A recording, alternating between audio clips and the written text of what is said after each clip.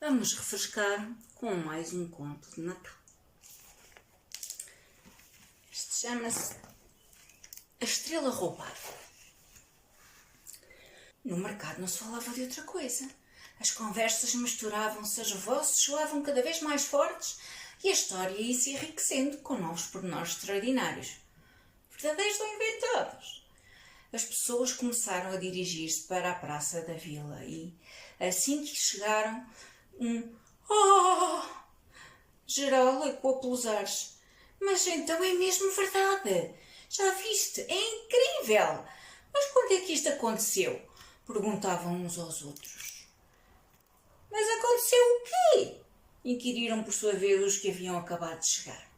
E, de novo, as vozes e os comentários cresceram em tal quantidade e intensidade que ninguém reparou que os sinos apenas tinham dado 11 badaladas em vez das 12. E, no entanto, era meio-dia. O sacristão, curioso, na pressa de descer da torre do campanário para saber o que se passava, esquecera-se de puxar as cordas para o último toque. No meio daquela praça de pequena vila, uma vila entalada entre montanhas e profundos vales, havia uma árvore de Natal. Era um grande abeto com ramos frondosos e perfumados, belo e majestoso. No dia em que o transportaram para ali, do bosque, as crianças tinham-se divertido a abraçá-lo e foram precisos uns 10 miúdos de mãos dadas para envolver e lhe dar as boas-vindas. E ele, abeto, retribuíra, fazendo ressoar o tronco com divertidos estalidos. Distraído com a enorme confusão, que não o deixava prosseguir o trabalho, o ourives abeirou-se da janela da sua oficina para ver o que se passava. Mas como esta não dava exatamente para a praça, mas ficava na esquina da rua que levava à câmara com outra, que conduzia ao poço, decidiu ir ver. Vestiu o casaco e abriu a porta e saiu. Assim que ali chegou, e depois de procurar espaço entre a multidão, limitou-se a imitar o que todos os outros tinham feito. Erguer os olhos para o cimo da árvore e ficou de boca aberta. Na ponta da árvore faltava a estrela. Não estava lá. Desaparecera. Os outros ornamentos continuavam todos pendurados. As grinaldas, as veldas, os flocos de neve, as bolas grandes e as pequeninas de madeira de cores, as bolachas de mel e de cacau e até as campainhas douradas. Mas a estrela, que devia estar colocada na ponta da árvore, aquela que ele próprio fizera, essa nem vê-la. E que ninguém pensasse que se tratava de uma estrela qualquer, como tantas outras de madeira ou tecido. Oh, não, não! Era um objeto belíssimo, coberta de prata e de pérolas. As suas filigranas entrelaçadas desenhavam um maravilhoso motivo semelhante a flocos de neve e os reflexos eram da lua. Nela trabalhara o ourives dia e noite. E tanto que, durante meses, quando nas casas da vizinhança as luzes já se haviam apagado, e aos poucos o silêncio tomava conta das salas, dos quartos e das ruas, e o sono envolvia as pessoas e os animais, na sua orivesaria, pelo contrário, a luz permanecia acesa e até ao alvorecer se ouvia barulho. Talvez o vento soprando a tivesse feito cair, disse uma mulher a certa altura. Sim, isso era possível. Pois então vamos, interveio o presidente da Câmara. Vamos procurá-la quanto antes. E assim fizeram todos os habitantes da localidade. Alguns passaram o abeto a pente fino, ramo a ramo, não fosse a estrela ter ficado presa entre algum deles.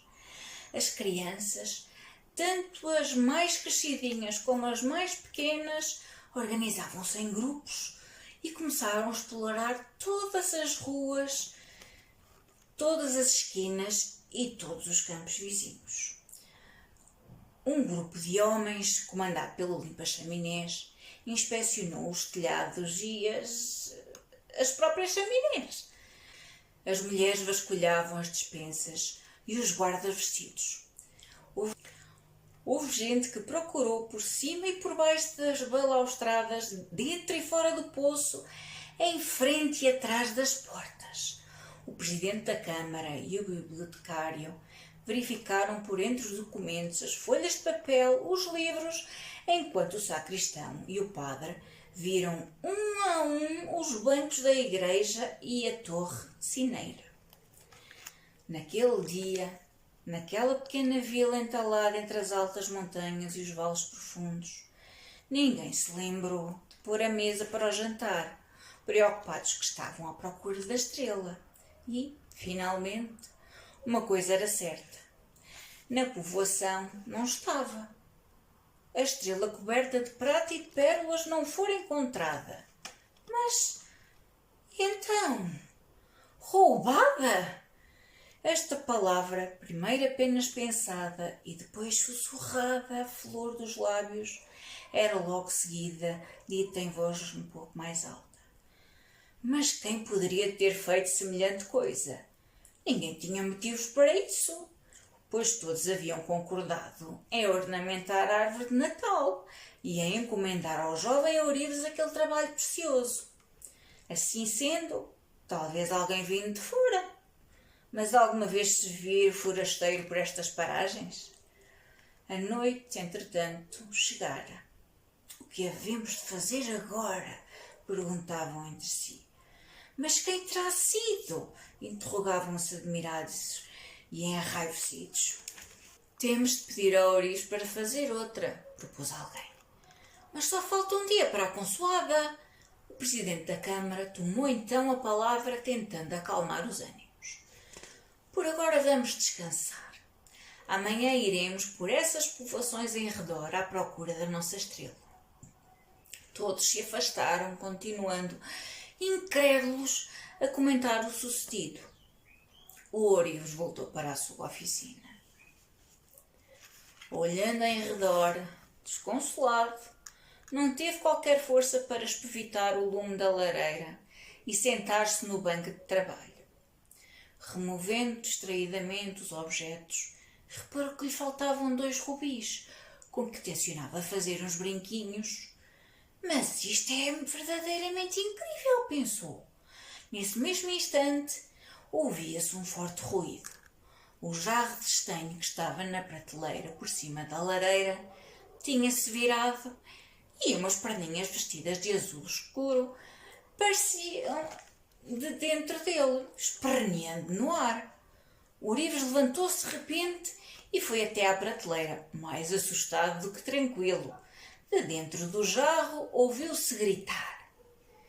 Rápido, rápido, pela tua saúde, não deixes que eu caia. Não, claro que não, não quero que caias.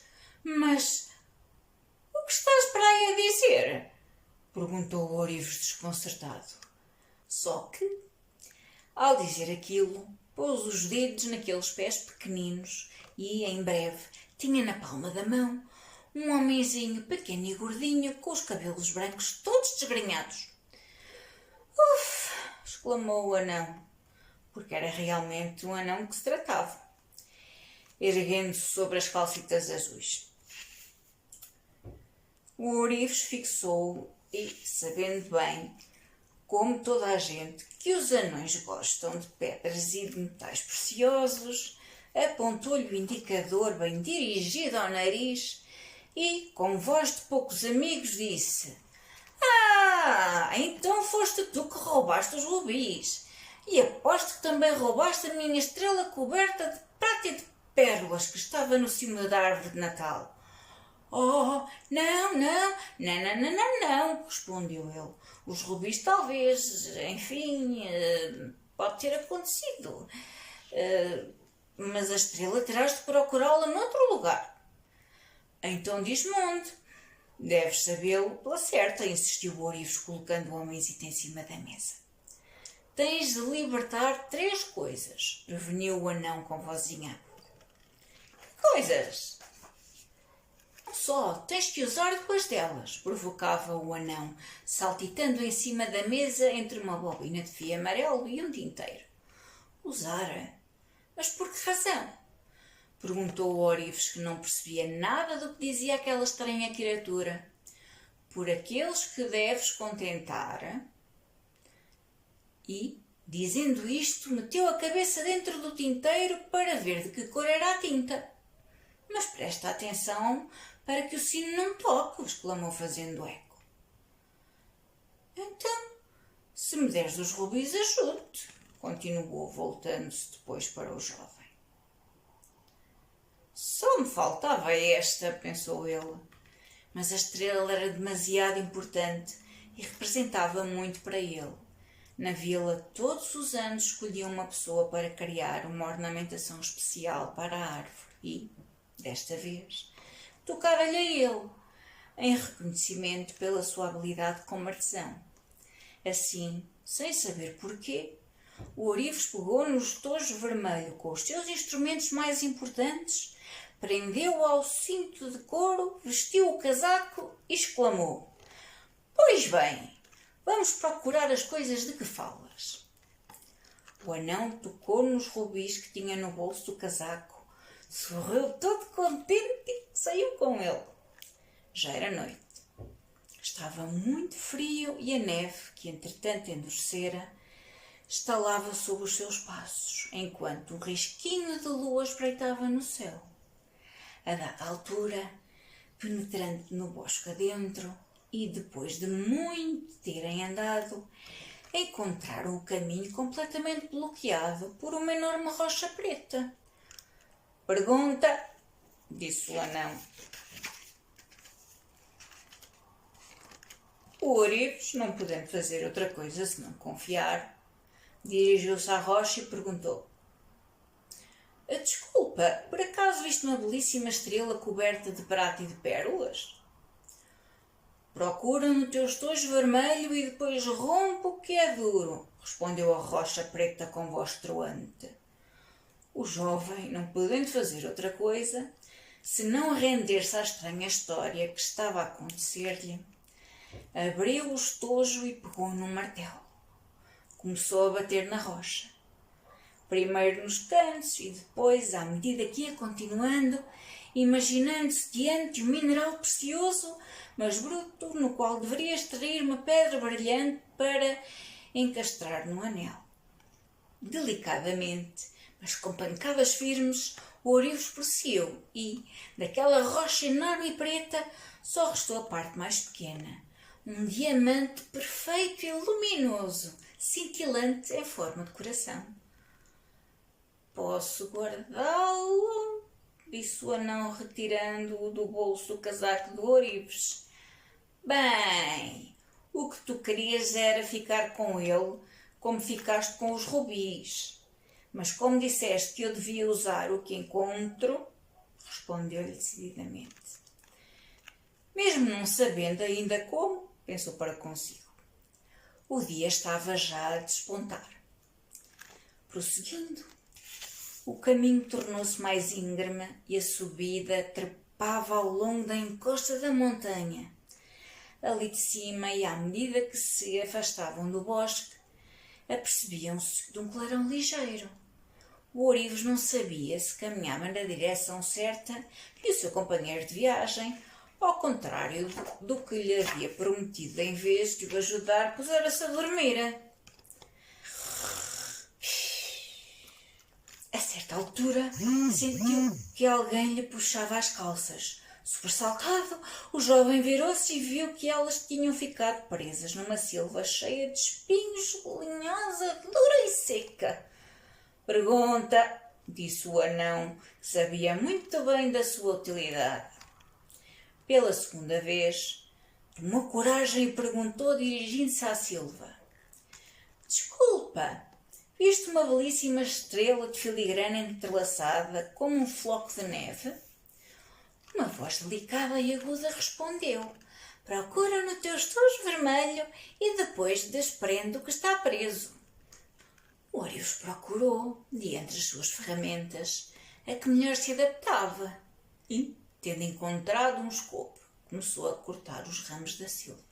Mais os trabalhava, mais os pauzitos secos se assemelhavam a fios de metal amarelo, até que, por fim, Na sua mão ficou uma pequenita meada de fios finos, leves como uma seda e brilhantes como o ouro.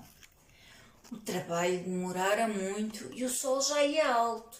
Não só, o cansaço e a fome começavam a fazer-se sentir e o jovem sentou-se encostado a uma árvore. "O que é que estás tu a fazer?" repreendeu o homenzinho da barbicha em ponta. "Eu não te preveni?" "Mas preveniste de quê?" perguntou o Ourives.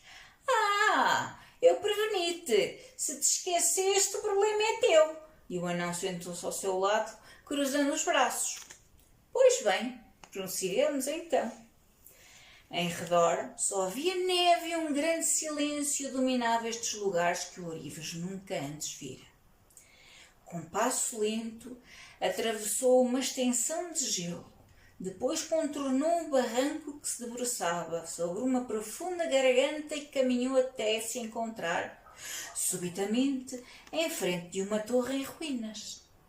E, de novo, a luz se extinguia porque os dias de inverno são curtos. Um grito rouco de fazer arrepios ecoou no ar. Empoleirado numa trave estava um bufo de cabeça branca, semelhante na forma a um coração com penas vermelhas manchadas de preto e branco. "Pergunta", disse o anão. "Desculpa, isto uma belíssima estrela com reflexos da lua?" perguntou o Ourives cheio de esperança. O bufo olhou-o com uma expressão triste. "É possível, jovem, que conseguiste chegar até aqui, mas se quiseres reavê-la, falta ainda uma coisa. Procura agora no teu estojo vermelho e cria algo que possa contentar aqueles que aqui reinam." O Ourives não compreendia e procurou não, mas a estranha criatura já não estava ali. Como é evidente, o seu objetivo terminara e, silenciosamente, desaparecera.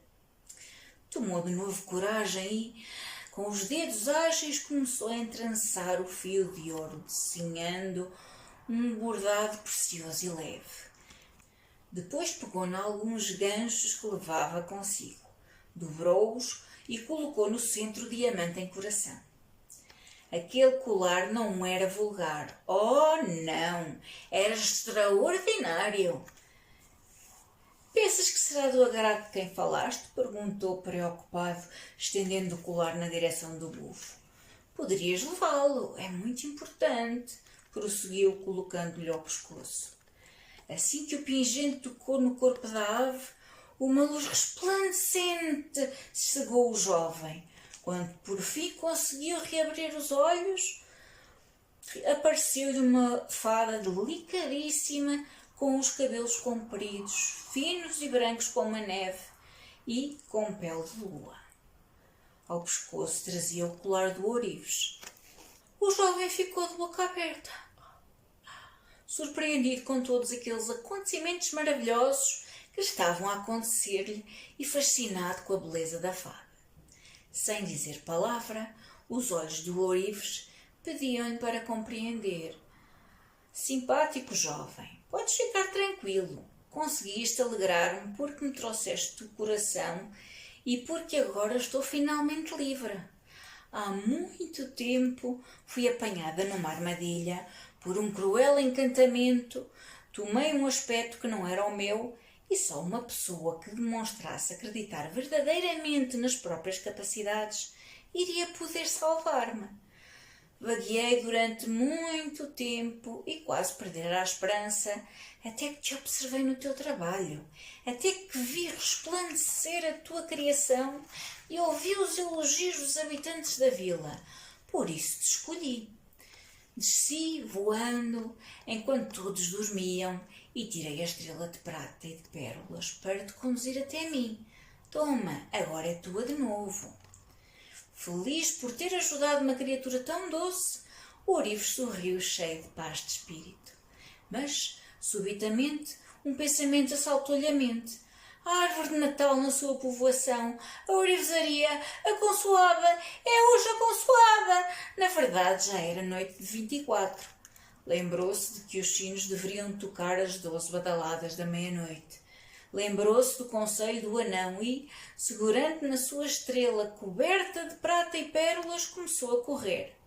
Mas esta vez a fome e o cansaço não se fizeram sentir, nem encontrou qualquer obstáculo ao longo do caminho, porque aquela que ficara feliz retribuíra-lhe o favor e, com um sopro leve, acompanhava os passos do ourive e tornava-os velozes. A estrela brilhou novamente na ponta do grande abeto, para a alegria de todos, e, a partir desse Natal, a história da fada transformada em bufo e libertada do encantamento alegrou os serões frios de inverno dos meninos daquela povoação, que não se cansavam de a ouvir, sentados perto da lareira na oficina do Ourives.